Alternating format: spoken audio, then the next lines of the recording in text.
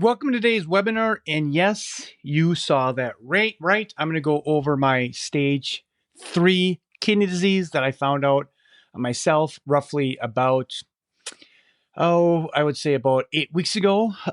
So I've completely revamped my lifestyle and everything because I'm taking this as a serious matter. I am a very light drinker, never did any drugs, exercise. I'm 51 years old. I've been exercising since I've been 15 years old. I've lived a very, very clean life. I've gotten my spine adjusted almost weekly since I've been 25 years old. So I've done lots and lots of things. So today, what I want to go over is my labs, and I'm going to go over exactly what I've done to change my course.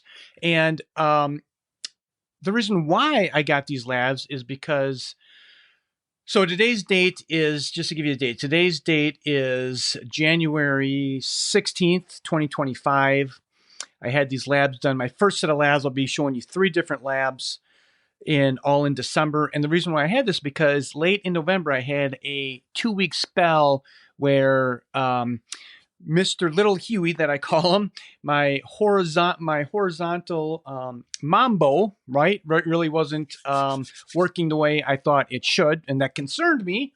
And my wife and I, we enjoy that activity very, very much. So I had about 2 weeks of that. And then that 2 weeks got in my head. And then I'm like, I better get blood work. I've been meaning to get blood work because I haven't got blood work for 3 years since the whole COVID thing. So then I ran and got some blood work. And this is what I'm going to go through, and to let you know that I've changed many, many different things. Things are much, much better. My horizontal mambo activity has greatly improved. In fact, it's better than what it was prior, even with my stage 3 kidney disease. So I'm going to go through this whole thing. I'm going to have full transparency on my case and my health and everything. Okay, so here we are. This is my stage 3 kidney disease right here. And these are my labs. So you're going to see my personal labs, and you can see here how I've went and I've put in the dates there. So let's start off. So this is the first thing right here. This is called the metabolic panel right in here. And these are some of the initial labs that I went through. So let me kind of blow these up a little bit so you can see these things. So the first thing here that you want to pay attention to is this right here, this GFR. So this is a kidney marker right in here. And you can see right there that it's 59, right? It's low. So that's lab low. And then if I scoot over here and you can see the range right here, is you can see the range right here is you want this to be greater than 59. So mine's at 59, so that's low, right? So that's concerning. Also, when you start to have kidney malfunctioning, your creatinine starts to elevate, and you can see that is elevated at 1.43, and you can see the range right in here. All right, so what was my initial reaction? I thought it was like lab error, right? There's no way this could be happening. Lab error. So anytime it's lab error, what do? You rerun labs. So I reran those labs. Okay, so here we are. I reran those labs on December 12th, and it looks worse, right? Guess what? My GFR right here is 55. So it was 59, and then it went down to 55. So what does that mean? It got worse. So in this lab in here, what happened is my labs actually got worse. So am I concerned at this point? Yes, I'm very concerned at this point. My creatinine was also what? That was also elevated. So let me just show you these numbers here so you can see these. So here's my GFR was basically 59 right there. My creatinine is 1.43. My creatinine is 1.53, and my GFR is 1.53. So things got worse. So this is not lab error. This is something that needs my attention. And I took immediate attention. Now, before I go through that, I'm going to show you my other labs here. I also did some other labs on when I did these labs on December 15th. So let me just show you all these things here. Now, before I get into that, let me show you this right here. This is the different stages of kidney disease, right? So you can see these different stages right in here. So stage 1 here is if you want that GFR, and you see this right, we're talking about this number right in here, the GFR, right? So if we go up in here, if you go back to these labs, we are looking at this number right in here. That's the GFR, right? So that's what we're looking at right in here. Let's go back down. So what we want to see is you want to see your kidney function, your GFR, higher than 90, right? So that's what you want to see. You want to see your GFR higher than 90. So get your blood work out. I'm sure you've had this done. And these are the different stages of kidney disease. Yes, this is actually a disease process. So stage 2 here is 60 to 89. Then we have stage 3, which is 45 to 59. So I'm in stage what? I'm in stage 3A. What does it say about stage 3A? It says mild to moderate kidney damage. Kidneys don't work as well as they should. OMG, this is not good. I'm concerned. So let's go through some more labs. Okay, so these are some more labs I took on initial December 5th. Homocysteine right here is 12.1. The sweet spot is 5 to 6. Why is that so significant? Is because homocysteine will affect cardiovascular damage. Now, initially, remember, I went there because my horizontal mambo was not functioning well. So this right here, this can be a contributing factor to that, and also a contributing factor to just the poor kidney function because it's also an inflammatory marker. Another marker I checked right here is what we call ferritin. It is 235. The sweet spot is between 40 and 80. Now, what is ferritin? Ferritin is a marker for iron storage. So if you're storing too much iron, this marker is going to be elevated. You do not want to store too much iron. Too much iron will cause oxidative stress in your body. And I see lots of chronic illness, a lot of chronic diseases, and lots of people have high ferritin. So that's another thing that I found right there. What I want to show you right here is just some research here on high ferritin. Can high ferritin actually cause chronic kidney disease? And guess what? It can. Lots of research on that. So high ferritin is bad. Guess what? High homocysteine, can that cause chronic kidney disease? And guess what? That's a big yes. So that's bad. Here's some other markers that I ran December 15th or December 5th, which was my initial blood work. My hemoglobin A1C here is 5.6. I don't like that. In the past, it's been 5.0.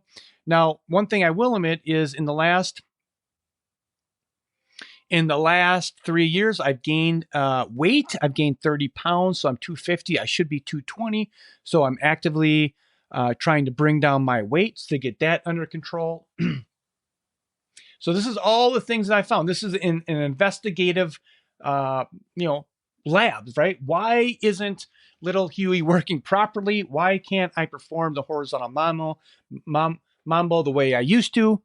And we're just covering evidence. Now here, this is also DHEA, which is the most abundant hormone in the human body.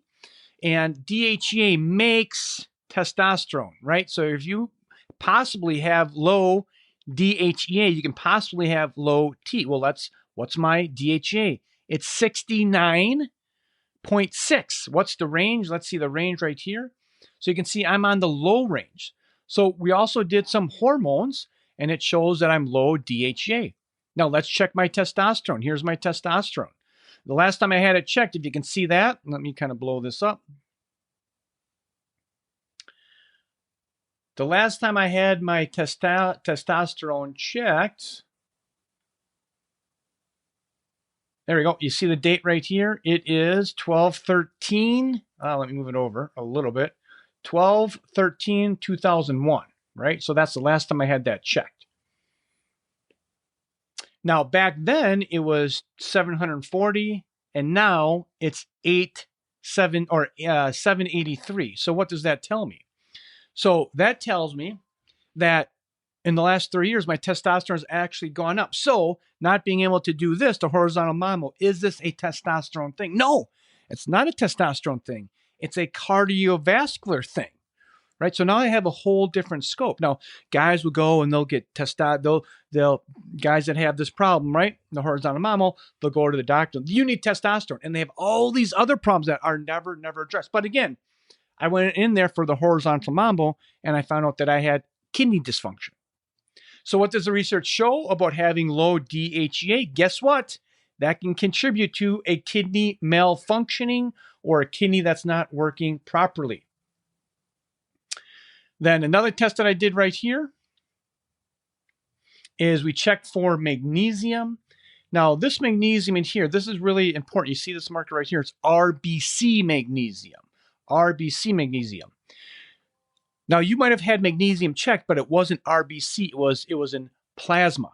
You want to check RBC. So what the heck is that? That's where you actually take a red blood cell and see how much magnesium is in the cell of the red blood cells. Then you can say, well, if that's how much magnesium is in your red blood cells, that's probably the amount of magnesium that's in your body. Now here you can see this. It's 5.2. I like this to be greater than 6. And what does magnesium do? Magnesium dilates arteries. And every man needs good blood flow down there. But again, remember, I went in there for this, but I found out that I had a kidney malfunction problem. Here's another research article. Can low magnesium cause kidney function? And the answer to that is yes. So this is all in the medical research. It's all there. It's all there just to be figured out and taken. So what did I do? I already showed you this. These are the labs that I went and re-got immediately, and my kidney is still a problem. Kidney's still a problem. Then at the same time, I also checked a few other markers. So when my DHEA came back low, right? So here's the 12.5, right? And my DHEA was basically 69. I started supplementing with this. With 50 milligrams of DHEA. Guess what? You can buy DHEA over the counter. You can buy it in 3 milligrams, 10 milligrams, 25 milligrams, 50 milligrams, and 100 milligrams, right? So I just had that sitting around my house. I had 50 milligrams, so that's what I started to use. And then I rechecked it, and you can see it went up to 475, which is way too high now. So I overshot. So I'm going to need to figure that out, and I decreased my dose by 25. I went to 25 milligrams, so that should handle that problem. Now, also, a week later, I checked my homocysteine. It was 12.12. And then a week later, 5 days later, it's 11.5. Now, I already started taking action between the 5th and the 12th. I already started taking my health more seriously. I already started to implement more supplements. So I was already on the path. I already changed the things that I was actually going to do. Then I rechecked my ferritin just to make sure, that was legit. 235, right, initially, and then 5 days later, it's 240. Okay, so now here, this brings us to December 17th. So we had labs on the 5th, the 12th, and now on the 17th. Now, between the 5th and the 17th, lots of protocols were implemented, and I'm going to be showing you my protocols in a short bit. I'm going to show you everything that I've done. Now, also, one thing I also did is if I have high ferritin is a marker for iron storage. It's very, very bad to have high ferritin. Because just imagine if you put your bike outside and it rusts, your bike is going, if you put your bike outside and it rains, your bike is going to rust. So your body's rusting from the inside out.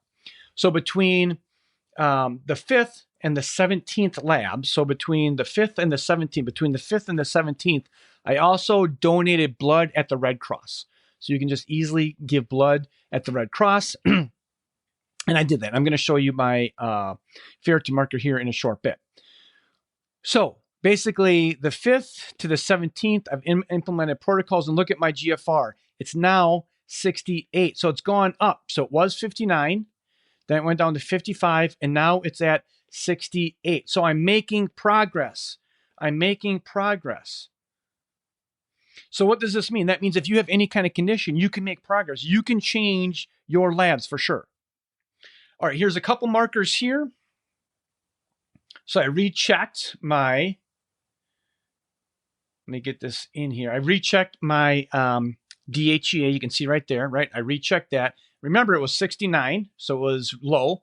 And I took 50 milligrams of DHEA, way too high. Then I went down to 25 milligrams, and then it's 164. So that's much better. So I like that much, much, much better. Then also here, I also rechecked my testosterone. And initially here on the 5th, it was 783, and now it's 838. So what happened there? So within a matter of 10 days, just changing the things around, I've also increased my testosterone, and also my libido and my performance has gone up drastically just in a matter of 2 weeks, just changing these things in my body. All right, then I also checked ferritin in here. You can see the ferritin marker right in there. So remember, it was 235. And then basically 5 days later, I gave blood. I'm sorry. I went and get my labs checked again as 204. And then from the 5th to the 17th, right, 12 days, I also donated blood to the Red Cross, and now it's 180. So I've come down quite a ways, and I'm going to be giving blood again here. I'm going to be giving blood here again in November, and I'll be checking my labs again. All right, so what I want to show you right now is my whole protocol. I'm going to show you everything, what I've done. So the first thing is, what did I do? I took my lab serious, right? Like I'm not messing around. Like it showed that I have a kidney dysfunction problem. I checked it 3 times. It's there. I'm taking this stuff seriously. I'm not messing around. I gave blood to the Red Cross because I want to decrease my ferritin. Next time I can give blood is in February. I started doing more of a carnivore-ish diet. I want to lose 30 pounds. I started a very specific supplement program, and I became more consistent with my sauna use. So we have a sauna here, so I started doing that as well. Now, what I'm going to go over is my protocol. This is my exact protocol, the supplements that I use. I'm going to walk you through this so you can understand what it looks like. So the first thing I did is I started taking DHEA, 25 milligrams at night. These two products right in here, this homocysteine plus right here, and then the B complex, this is all to reduce my homocysteine. And if you remember about the homocysteine is an inflammatory marker, and it causes endothelial damage. So I immediately started taking that. My magnesium was also low, so I started taking this product right in here, optimal magnesium. So these are the 3 things that I immediately started to go with and start to implement into my regimen right there. And then some other products. I got this kidney care from Quicksilver. So this has a variety of different products that help your kidney. I went with NAC, which is basically a sulfur product to help increase your antioxidants. Ginkgo, and then vinpocetine. So both of these right here are for endothelial health, and they increase vascularity, and they increase blood flow to all your areas in your body, right? So if you remember, like I wanted to get better performance, so I make sure I have good cardiovascular markers, good blood flow to the areas in my body. So that's why I started taking that. And this is kind of a side note, these things right in here. So these are all different products that I take. Not every day. I kind of stagger the things that I take, but this right here is Body Bio PC. This is for cell membrane health. This is fish oil. This is fats that are 3, 6, and 9 fatty acids. And this is for my brain. So these are some supplements I'm also taking on top of all these things for my kidney. So what's the process? So today I'm recording this is January 16th of 2025.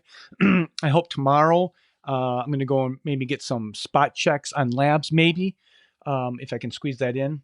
But soon I'll be getting other labs, and I'll be posting those things. So I hope you found some value in this. I want to let you know, if you're suffering, you do not need to continue to suffer.